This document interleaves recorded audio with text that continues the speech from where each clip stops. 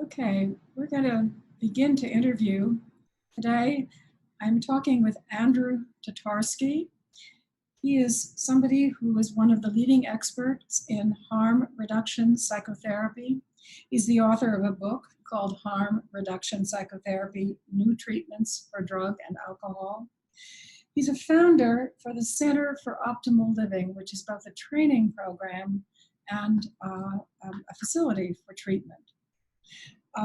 So Andrew, your training is in psychoanalysis. You're part of the NYU postdoc group and world, but you also have this whole venture into the world of addictions, and but it's a very particular world. So I wonder if you would tell us what is meant by harm reduction and why this is of interest to you.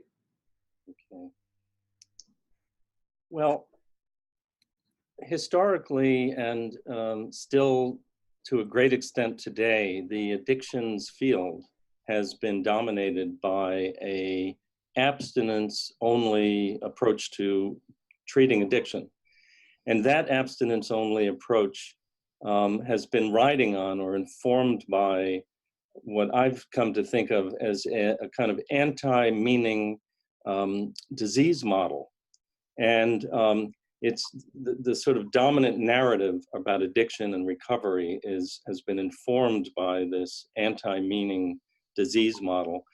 And it also is kind of has a close cousin, which is this ubiquitous stigma and presumption, this sort of negative set of presumptions about people who struggle with addiction.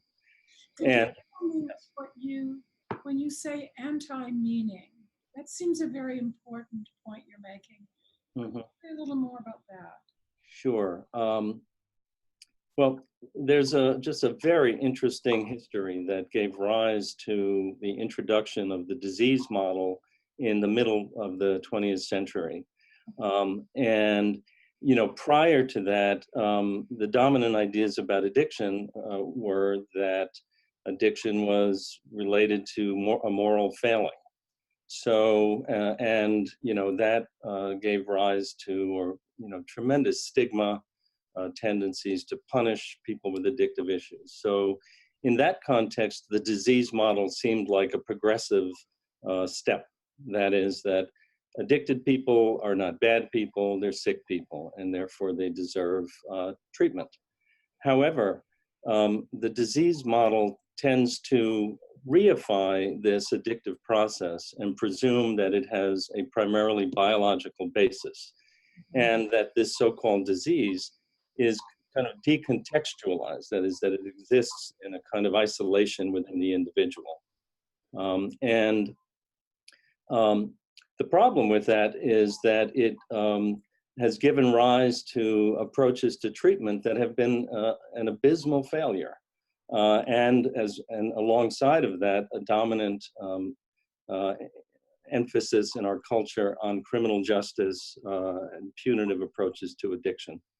So in that context of a failed treatment approach, harm reduction came along in the early 80s, or rather the late 80s, in the midst of the HIV/AIDS crisis, when people who were using drugs and engaging in risky behavior were infecting one another and threatening to infect the dominant culture.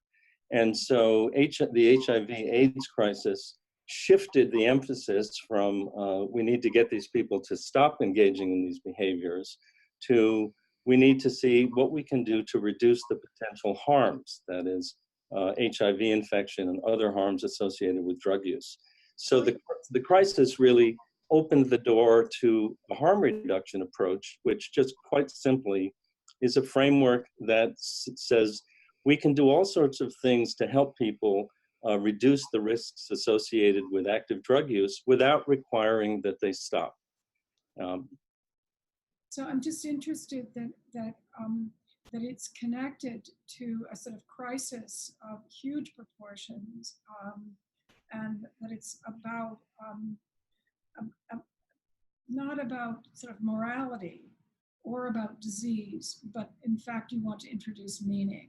So I'd like to hear some more about then what's the actual treatment? Yeah, yeah.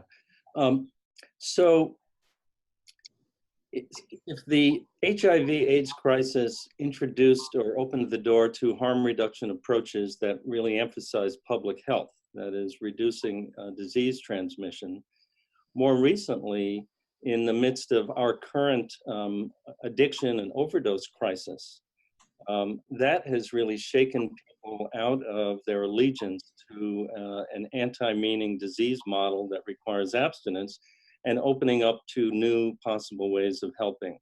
And so that's really opened the door to a harm reduction approach to psychotherapy or to treatment. And what this primary shift is that psychotherapies that do not require that people stop using to begin a process of positive change are really now becoming more and more acceptable. So the way that I think about that shift is that it reopens the door to sophisticated psychoanalytic treatment. And it presumes that people that are engaging in risky and addictive behavior are actually people that can engage meaningfully in a therapeutic process.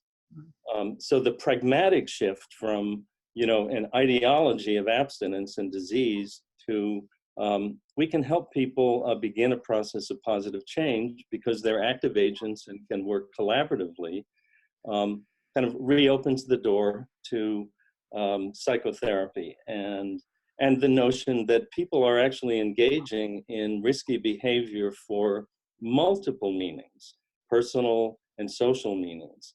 And that's really where psychoanalysis has, a critical role to play.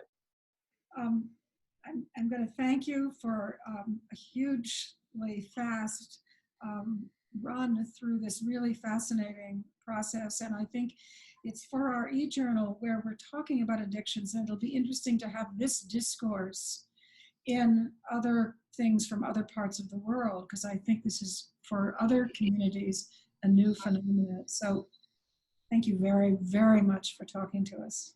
It's my pleasure. Thank you.